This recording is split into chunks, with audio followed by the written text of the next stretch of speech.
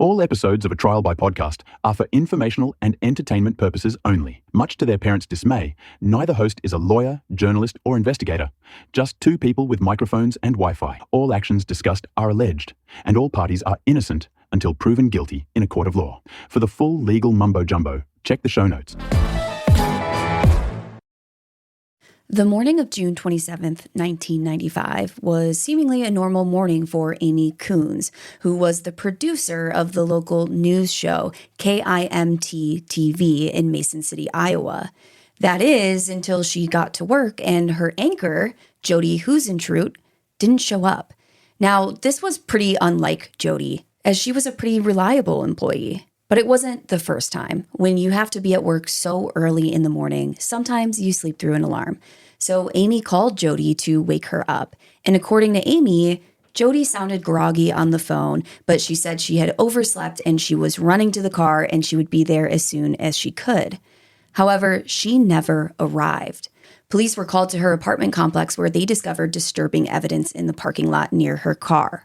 Her red high-heeled shoes, a hairdryer, earrings, a hairpick, and a bent car key, all signs of a violent struggle. But still, 27-year-old Jodi Huisentruit was nowhere to be found. And to this day, she has never been seen again.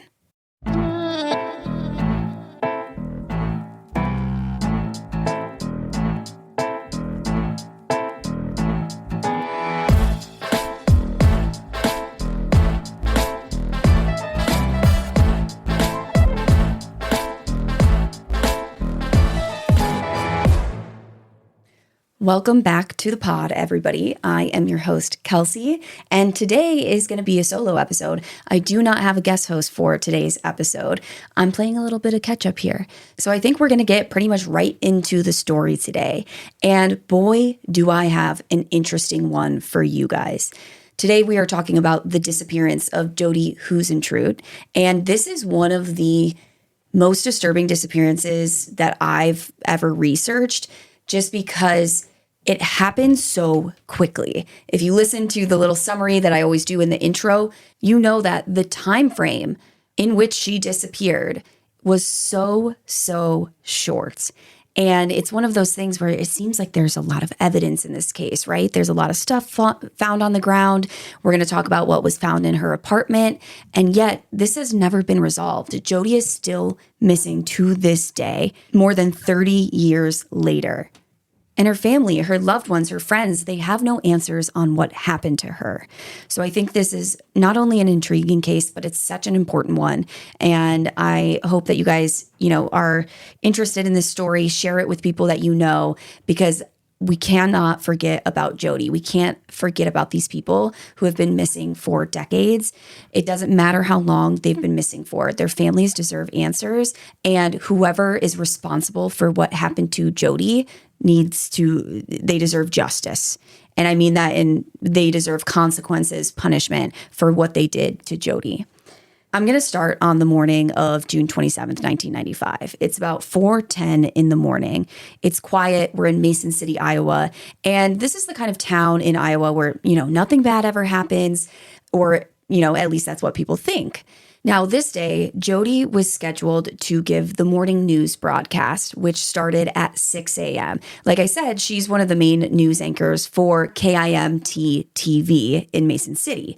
So they go live at 6 a.m. But of course, Jodi has to be there earlier to prepare. So her producer, Amy, is, kind of waiting on her, thinking maybe she's running a little bit late. And then she starts to realize she's too late. She's not going to make it. And so she has to have someone else fill in for Jodi. And Amy's not too concerned at this point. Again, when you have to be up like before the sun is up, it's tough. Sometimes people oversleep. And Jodi had done this on occasion before, but overall she was super reliable. Still, Amy's thinking, oh, she just overslept. Let me give her a call and just make sure that she gets here eventually, because she's got more broadcasting to do. So she calls Jodi, and Jodi does answer the phone. She sounds tired. It sounds like to Amy, she had just woken Jodi up. And Jodi's kind of like, oh, I'm so sorry. I overslept, but I'm going to be there as soon as I can. I'm going to run out to the car now. And so Amy's thinking, okay, no big deal. You know, it happens. They get off the phone and Amy's waiting and she's waiting and she's waiting. And Jodi never shows. And of course, this is when she starts to get super concerned. And I think at this point, it's probably not even a concern that, you know, someone has done something to her or anything like that. I mean, she just talked to Jodi on the phone minutes ago. But I think the concern is, well, you know, did she get in a car accident? Did she have a flat tire? Did she get pulled over? Something along those lines. That's kind of more where her concern lied. And eventually, Amy and the other employees at the news station, they called police. But before we get to that and before we really dive into the details of the story, I want to tell you a little bit more about Jodi. Because by all accounts, she was a lot as a person. And I mean that in the best way possible. She was someone who was full of life, someone that people loved being around, and someone that just brought a lot of joy to the people around her. She was born on June 5th, 1968 in Long Prairie, Minnesota. Now, Long Prairie is a small town. The population is roughly 4,000 people, and it's located smack dab in the middle of the state, about 120 miles from the Twin Cities.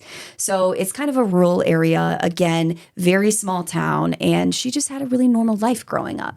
She was the youngest of 3 daughters born to Maurice and Imogene Jane Huisentruit, and she was 18 years younger than her oldest sister, Joanne.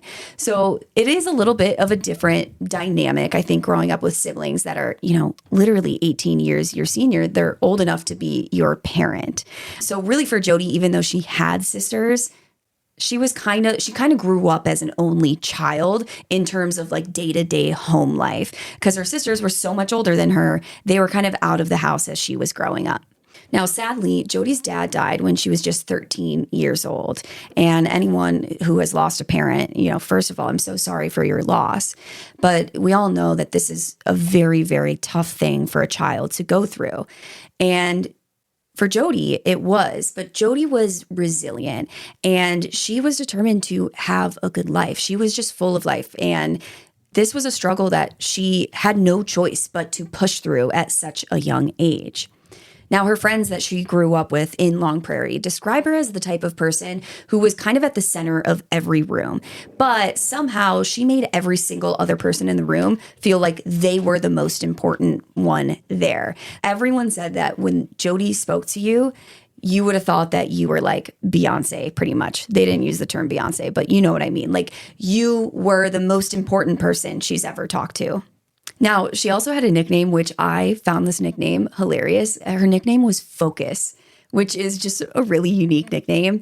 But I guess this was pretty on brand for Jodi. She was very focused. She was very ambitious. And she knew pretty young, as a teenager, that she wanted to be a news anchor.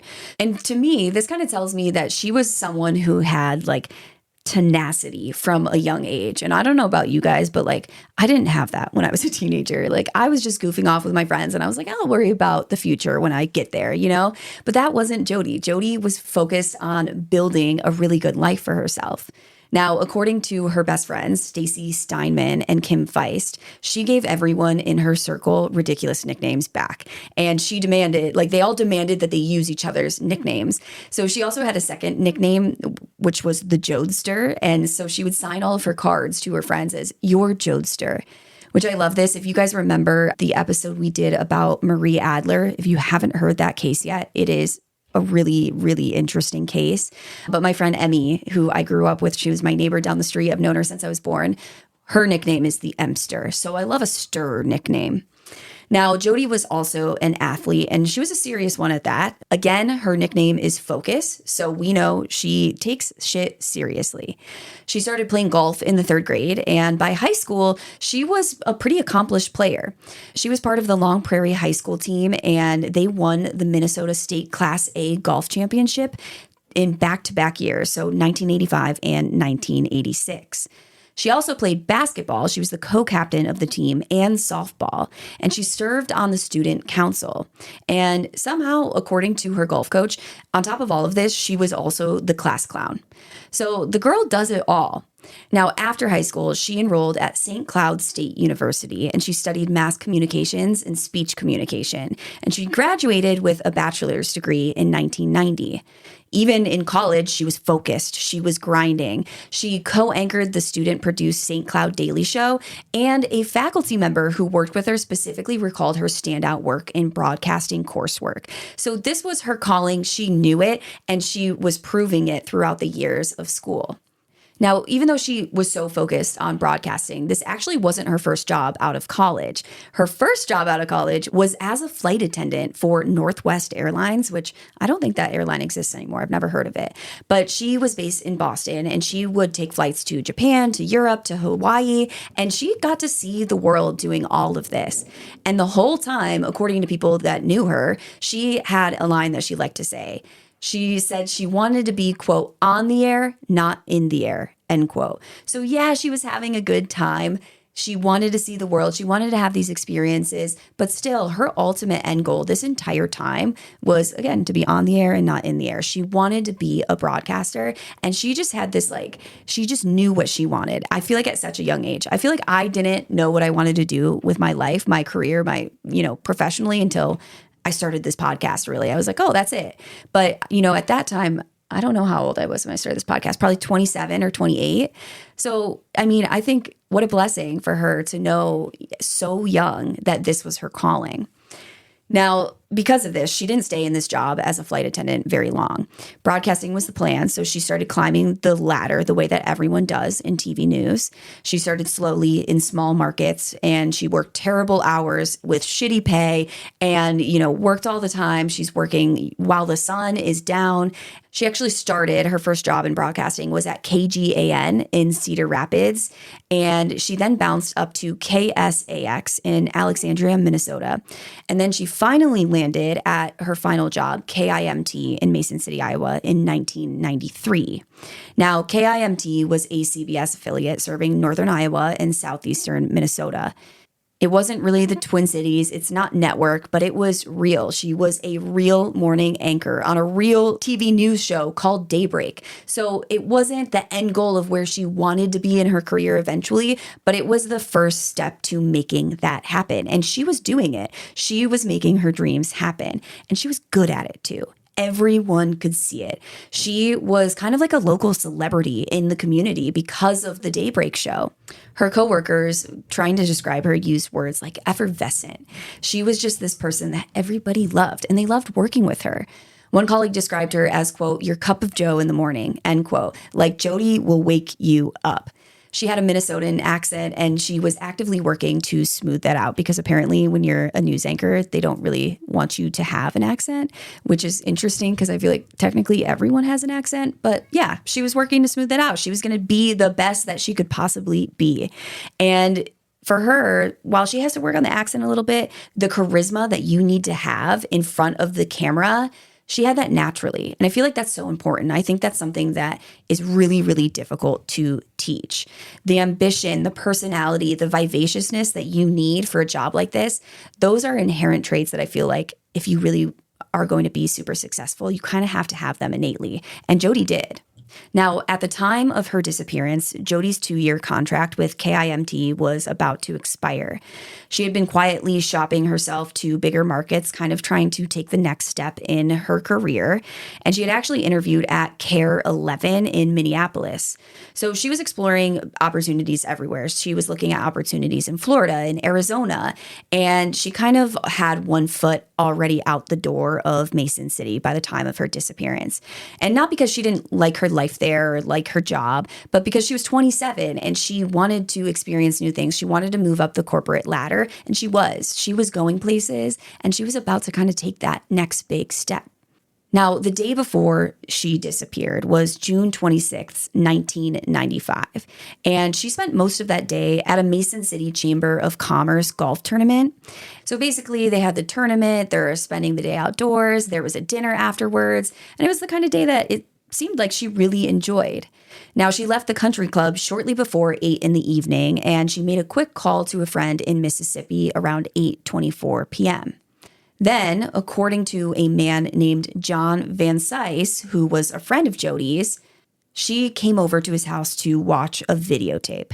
And the videotape was actually from a surprise birthday party that had been thrown for Jodi. So it was Vansice and another friend of Jodi's named Annie Cruz that threw the party. And he had, recorded it old school.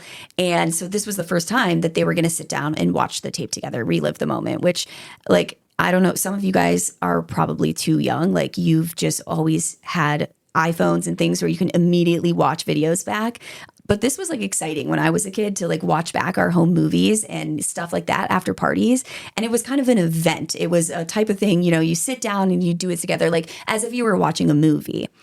Now, she goes over to John Vansice's house that evening. They're there, they're laughing at the party footage, they're having a good time, and then she goes home. And she was supposed to be at KIMT the next morning to prep for the 6 a.m. broadcast. So again, you can see how it's easy to oversleep. And honestly, as someone who has never had to wake up that early for a job, I was surprised to hear that she went over to John Vansice's house so late in the evening. We know that she made the quick call to the friend in Mississippi around 8:24. So I would assume she got to John's house around, 8:30, 8:45, something like that. And this just shows you how used to waking up early she must have been, because I'm telling you, if I had to be at work at 3:30 in the morning, my ass is grass. I'm in bed by 7:30 p.m. So good on her. She's like, I'm living life. Okay. I'm doing my thing anyway. I'll sleep later.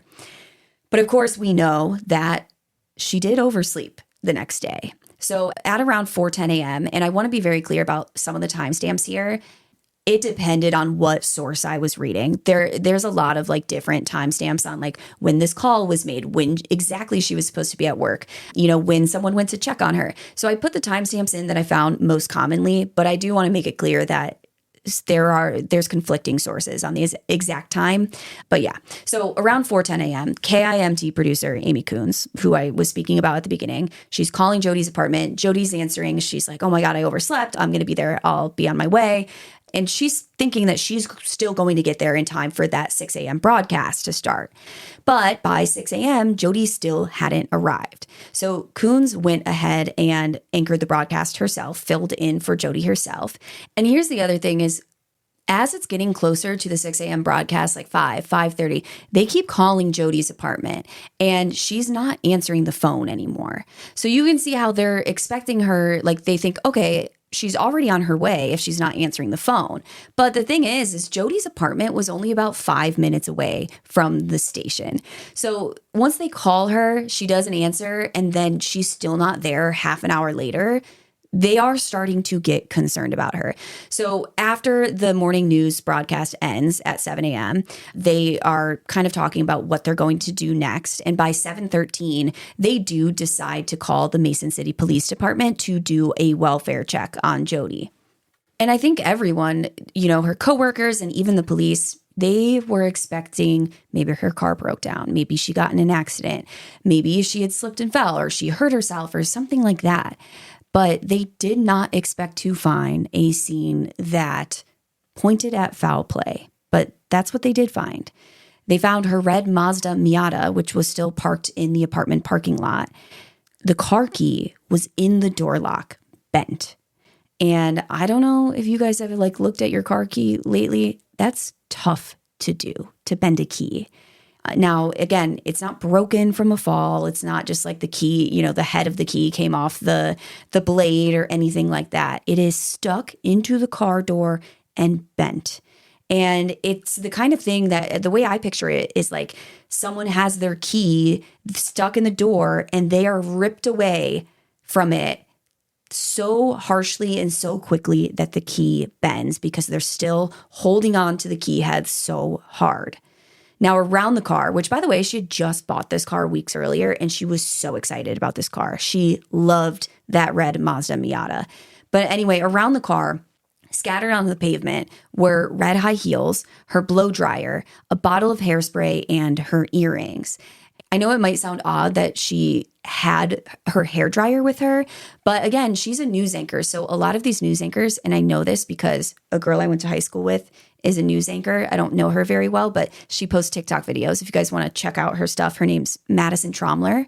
And I love her videos. They're so cute. She does like little get ready with me's, and she talks about, what it's like to be a news anchor. But I learned from her videos that most of these news anchors, they're doing their hair and makeup down at the news station. It's not like they're getting ready at home and then going to work. A lot of them, especially these ones that are working like these super early morning shifts, they're doing their hair and makeup there. So I'm picturing, she wakes up, she's late for work, she's trying to run out the door, whether or not she jumps in the shower or if she was just going to wet her hair and like restyle it with the blow dryer, but she's running out to her car with all of this stuff in her hands. And I think it's pretty evident that she was attacked and taken at this moment.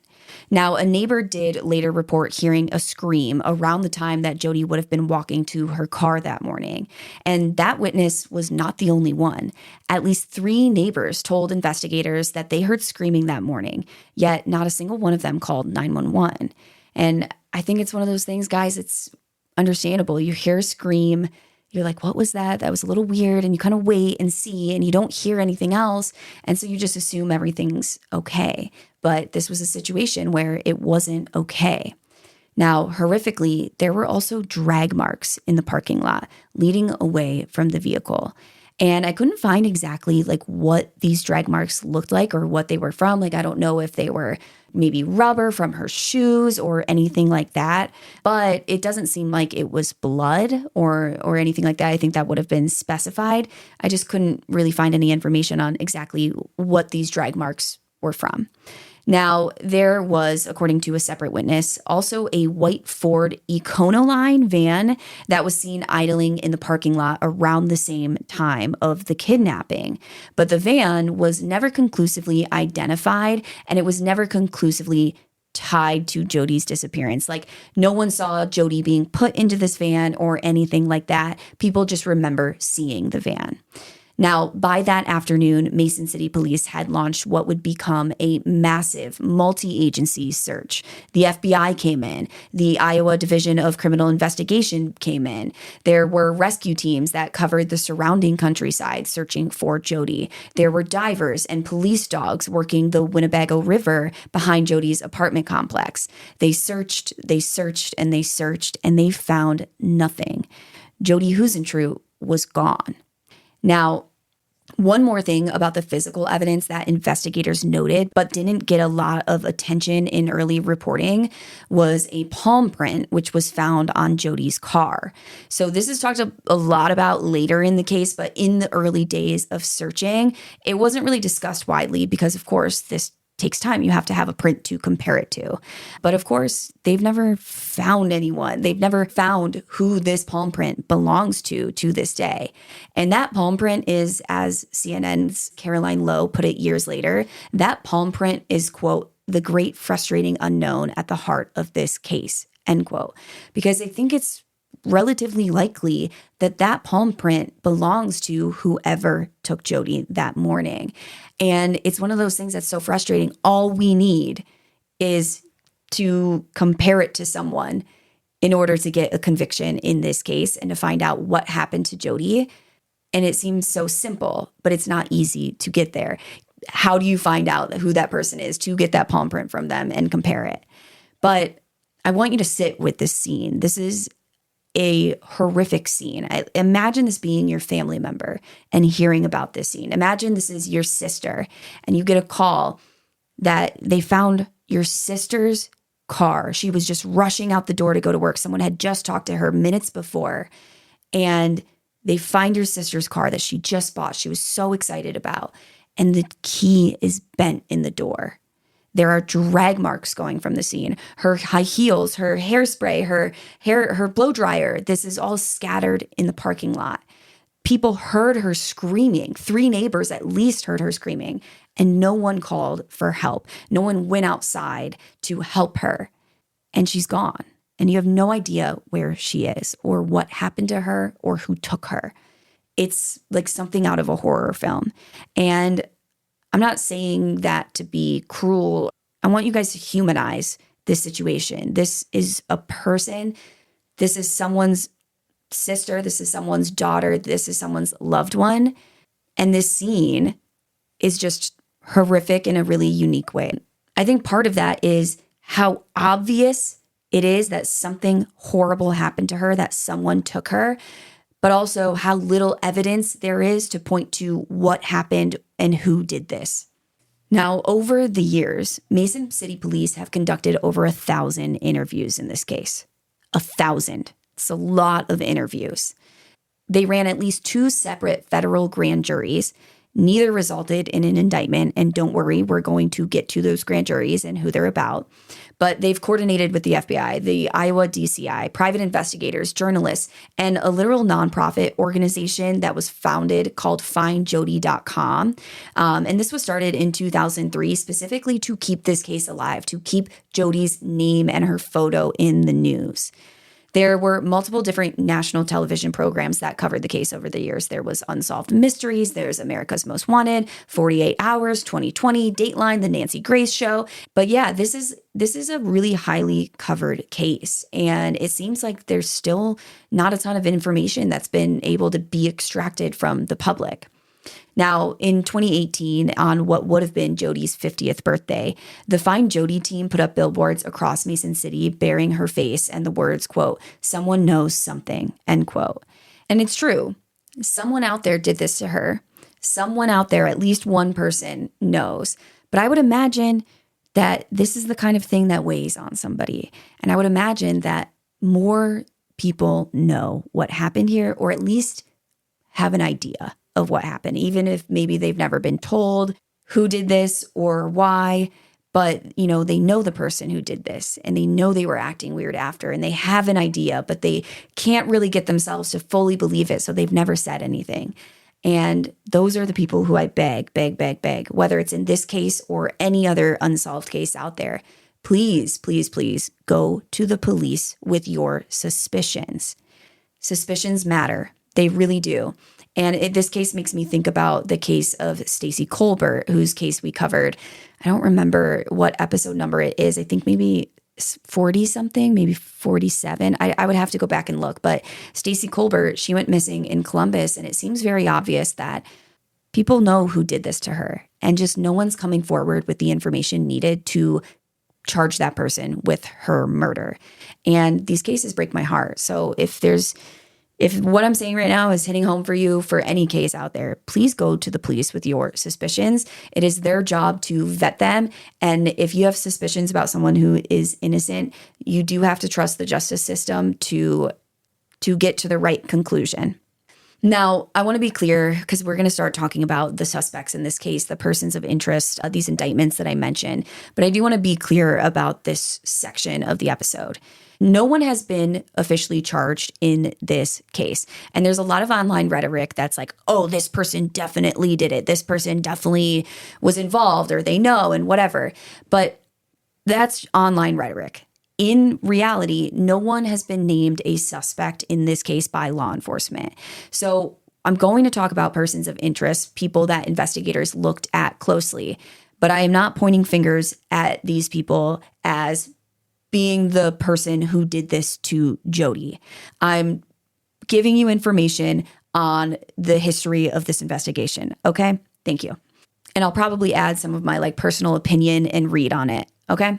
Now, the first person we're going to talk about, and you guys are probably screaming this at this point, is John Vansice, because as far as we know, he's the last person who saw Jodi the night before she disappeared. Now, his full name is Arthur John Vansice Jr., but he just went by John. And he was a Mason County seed salesman who was 22 years older than Jodi. Now, remember, John threw Jodi this birthday party. They were friends.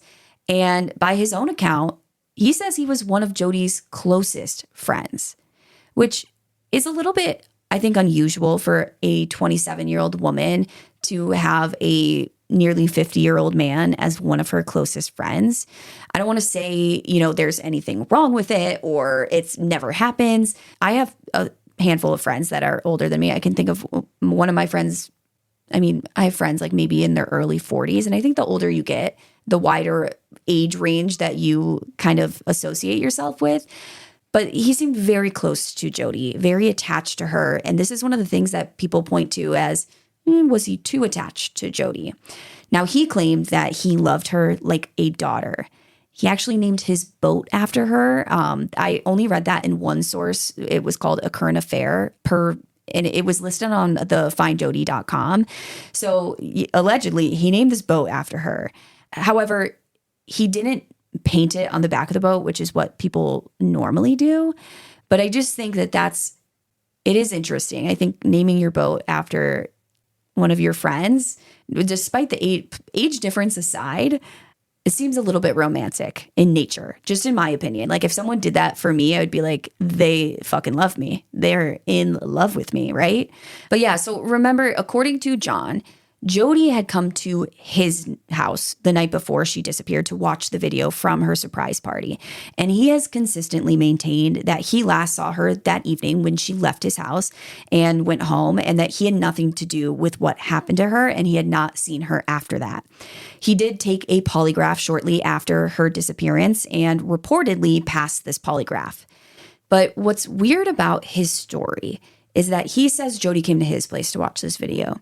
However, when police searched Jodi's apartment, they found 2 wine glasses side by side next to the sink inside. And it's really interesting because, of course, we don't know for certain, but if you see wine glasses sitting out next to the sink, they appear to be used. You would think they're probably from the night before. And again, remember, Jodi had to be at work at 3:30 in the morning. She took that last phone call at 8:24 p.m. and then she apparently went to John Vansice's house to watch this videotape, and then she left and went home. So did she then have another visitor come over that late at night before she had to get up probably around 3:15 in the morning to be at work at 3:30? That seems tough. And so what a lot of people question is, maybe did John Vansice actually go to Jodi's house that evening? The other question that people have is, maybe it wasn't John Vansice. Maybe she had another male visitor over after she got back from John's house. Did someone stay the night and attack her in the morning? And it's a really interesting question because when you hear that she was just taken from her car, that she was just taken as she's walking out to her car, you imagine that this is some sort of stranger, some attacker, someone she wouldn't let into her home willingly. Because otherwise, why would you attack her outside in the parking lot where people can see you?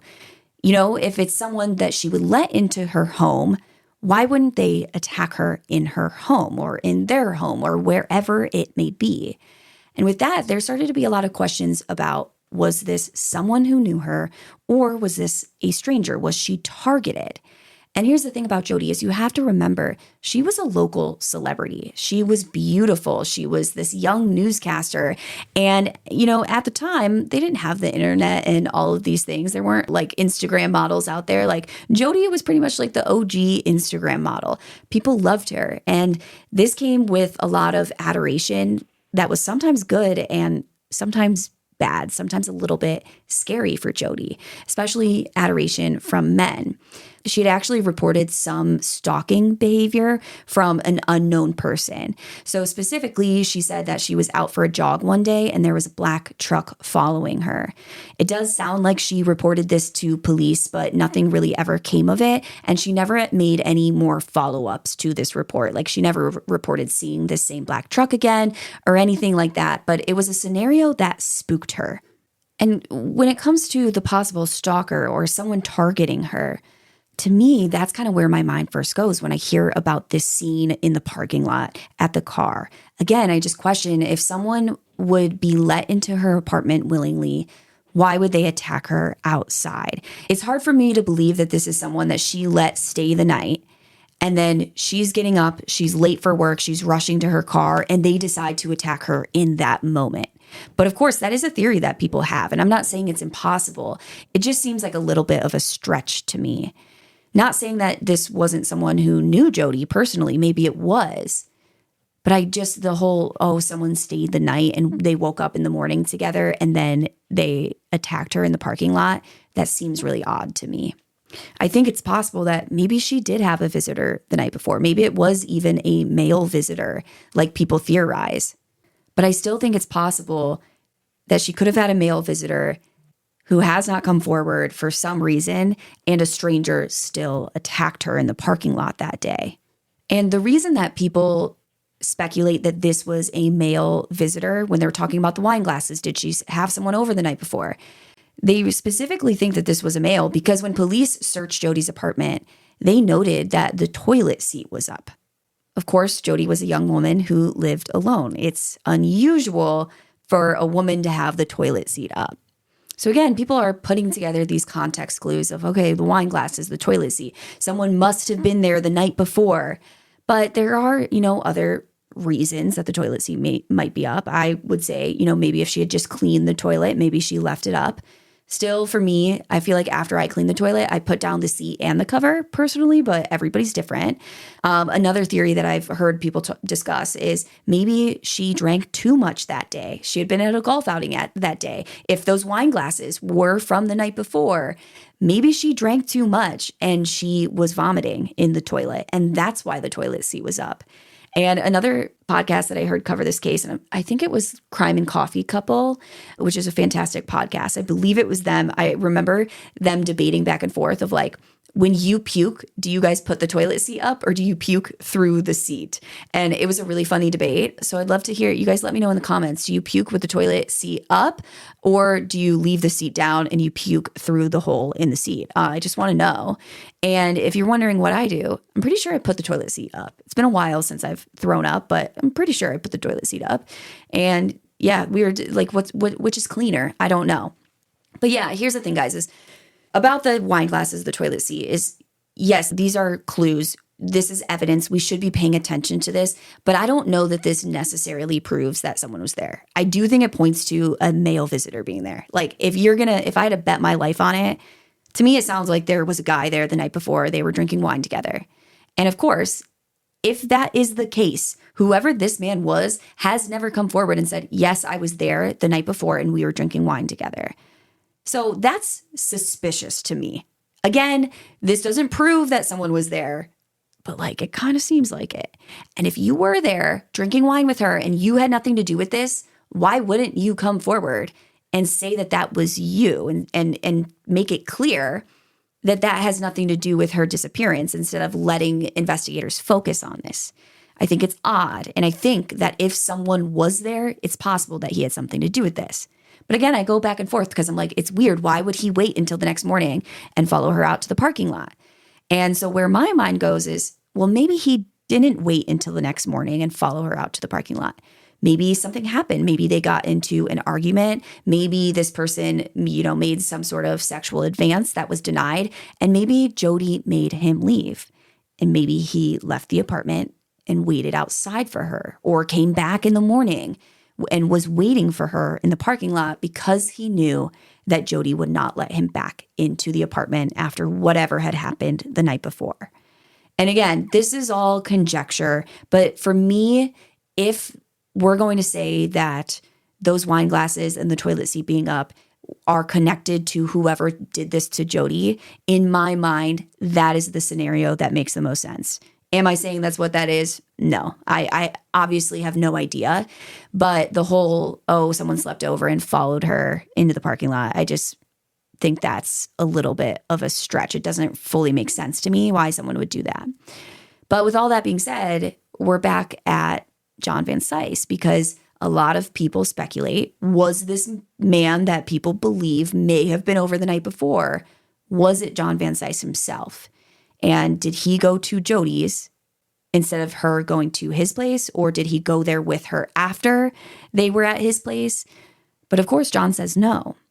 Now, again, for decades, John Vansice has not fully been ruled out as a person of interest, as far as I can tell. And there's been a lot of information that has come out about him over the years. So in 2017, which was 22 years after Jodi disappeared, Mason City Police obtained a search warrant for GPS tracking on his vehicles. And in 2018, so just a year later after they got that search warrant, 48 Hours got a hold of footage of John Vansice being interviewed in the early days after Jodi's disappearance. And they aired it for the very first time. And this is one of the things where, people People had different opinions on it after watching it. But in 2019, they started to focus on John Vansice a lot. For a lot of people, after seeing this footage, it seemed like maybe John Vansice had something to do with this. Then in 2019, investigative journalist Steve Ridge spent over 11 hours interviewing Vansice.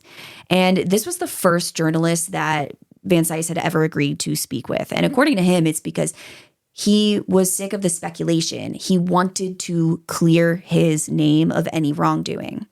Now, when Ridge asked Vansice point blank directly, did you abduct Jodi? Did you kill Jodi? Vansice denied it.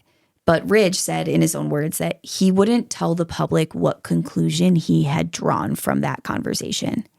And guys, I don't know what his conclusion was, but I feel as if you spoke with this man for 11 hours and you truly believed he was innocent and that he didn't do this.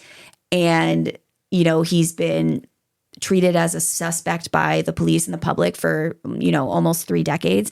I feel like you would tell the public that that was the conclusion you drew, if you're catching what I'm throwing, okay? Now, John Vansice actually died on December 6, 2024 in Phoenix, Arizona. He was 78 years old and he had been diagnosed with Alzheimer's disease, so it was a natural death. Now, his family chose not to publish any sort of obituary for him, and they did request that the 2017 search warrant be unsealed after his death in order to clear his name. However, Jodi's family opposed the request because they were concerned that it would compromise the ongoing investigation. So as far as I could find, whatever they found from those search warrants, that has not been released to the public. It is still sealed. At least I was not able to find any of that information.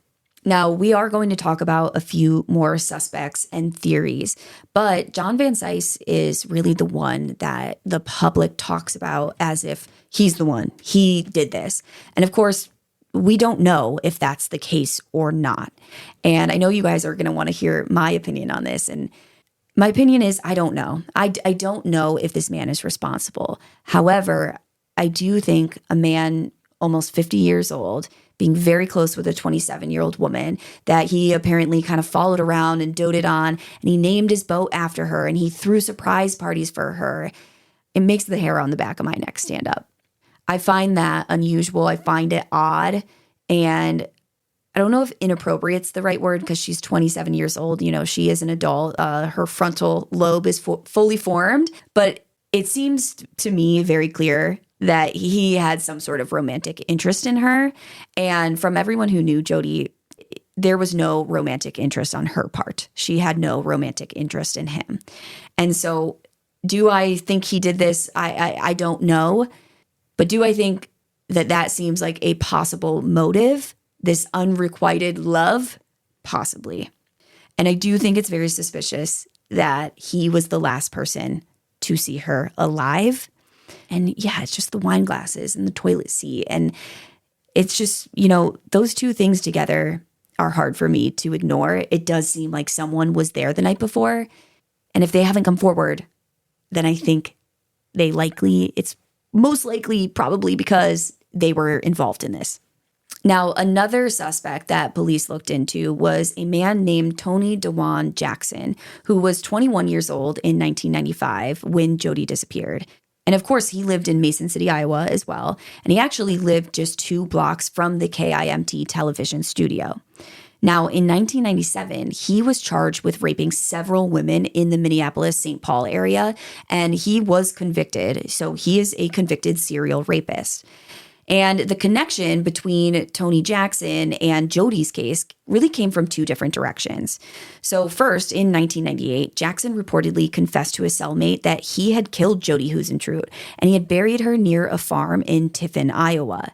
And apparently this was an area that he was familiar with. I don't know if he grew up there or what, but they did search this area and they found nothing. So the speculation is, okay, was he really confessing to the cellmate, or was he just trying to lie about these crimes to make himself, look big and bad in prison?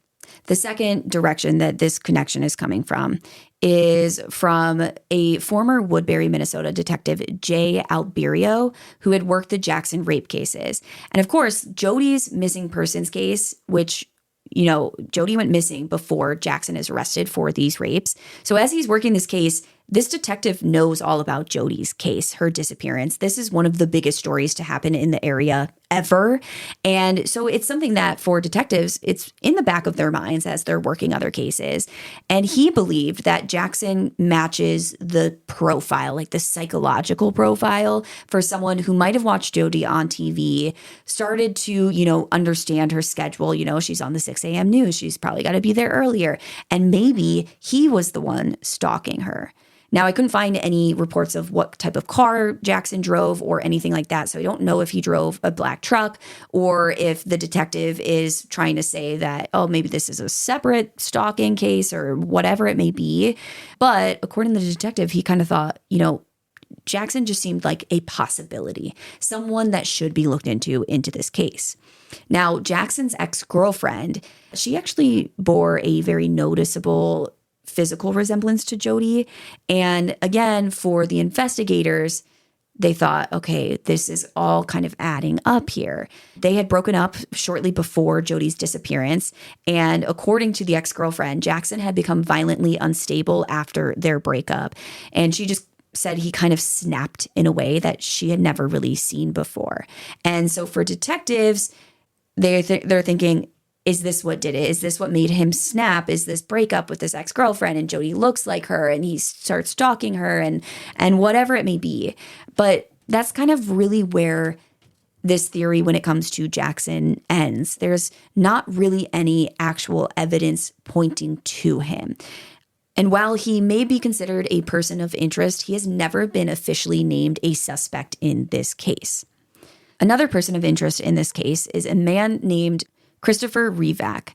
Now, this name kind of came into the orbit of Jodi's case through some other connections because Revac is believed to have murdered at least 2 other women. So a woman named Deidre Harm of Wisconsin Rapids, Wisconsin in 2006, and a woman named Renee Williams of Ava, Missouri in 2007. Now, both were young women who disappeared mysteriously and were later confirmed dead. However, so just because of the proximity and the similarity of the cases, police thought that maybe he was responsible for what happened to Jodi. However, Revac died by suicide in a Missouri jail cell in 2009 while awaiting charges in Williams's murder. So they were never really able to question him about what happened to Jodi. But we do know that Revac had a girlfriend who lived in Mason City, Iowa around the time that Jodi disappeared.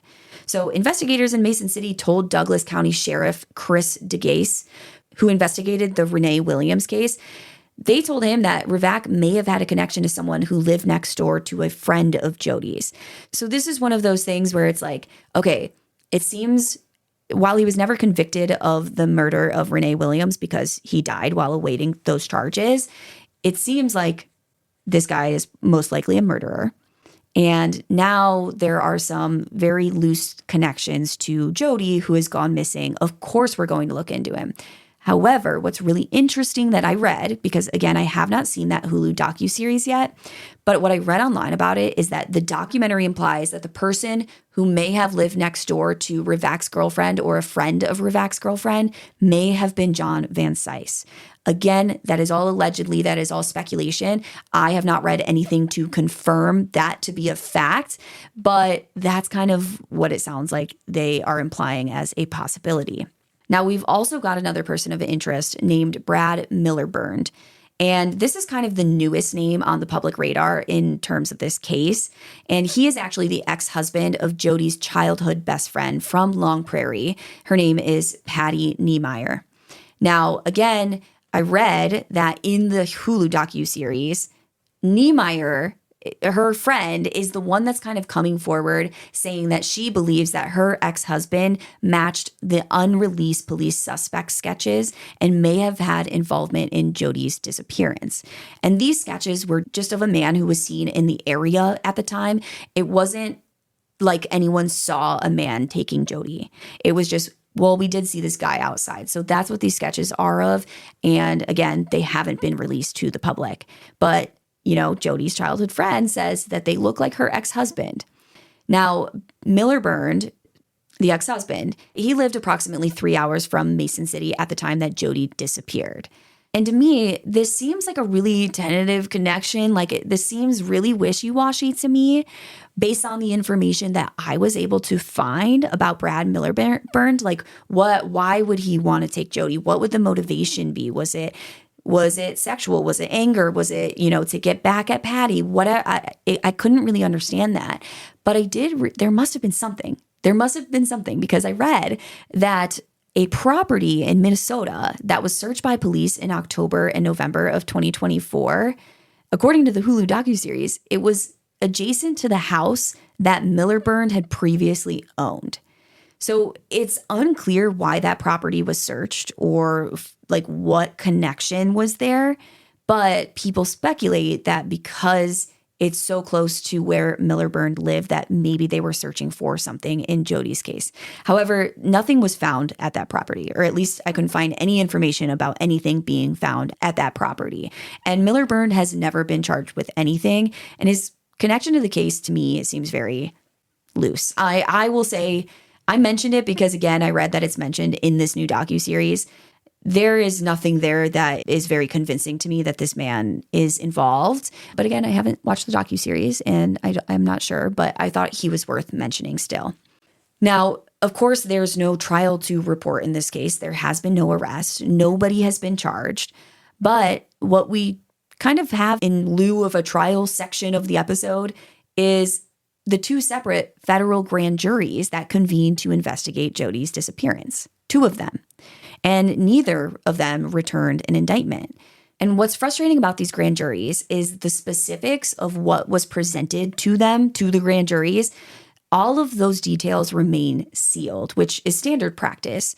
But the fact that prosecutors went to the grand jury level twice, it suggests that they had something to work with at some point, and they had a suspect in mind. They had someone that they were looking at charging, but they didn't have enough to get the indictment.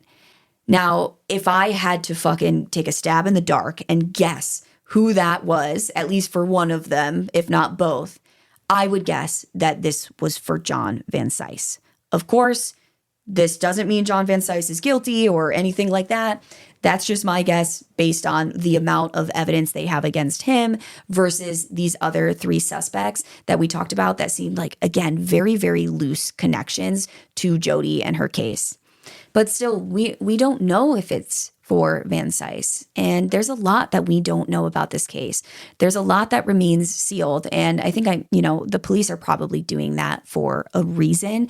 They're trying to protect the integrity of the investigation. And I think that this is a case that they are coming back to. If you guys have been listening to true crime for a long time, I'm sure you've heard of this case before.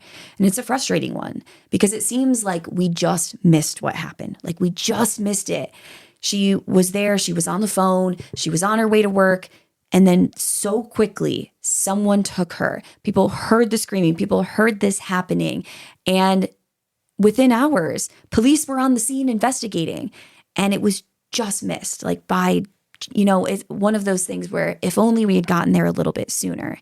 And I'm not saying that to place blame on anyone, but it's just so frustrating. And I can't imagine how her family feels. Now, Jodi was declared legally dead in May of 2001. It took 6 years and no body, but they had to do it. Her estate was eventually settled, and her mother, Jane, lived until 2014, 19 years after her youngest daughter vanished, never knowing what happened to her. And I cannot imagine this happening to your daughter and the frustration of being like, it was out in the open. There's so much evidence scattered all over the ground. It looks like someone was there the night before and just never getting any definitive answers. Now, as of the time of this recording in April of 2026, this case is still officially open and active but unsolved, per confirmation from the Mason City Police Department. Now, John Vansice, the number one person of interest, if you ask anyone on the internet, he was never charged, but he was never fully clear. And again, he is gone. We can't talk to him. And he maintained his innocence until the very end. Now, Tony Jackson remains incarcerated following his rape convictions in Minnesota. And again, he's never been charged in Jodi's case or named officially a suspect. Now, Steve Ridge, who I don't think I've said his name yet this episode, but he was the private investigator who had worked Jodi's case pro bono since 2019 because he was just so passionate about this case. He has offered a $50,000 reward. And I actually read that for a while it was $100,000 in 2024, but I think it's back down to 50 now. But he's offering this reward for any information leading to the discovery of Jodi's remains.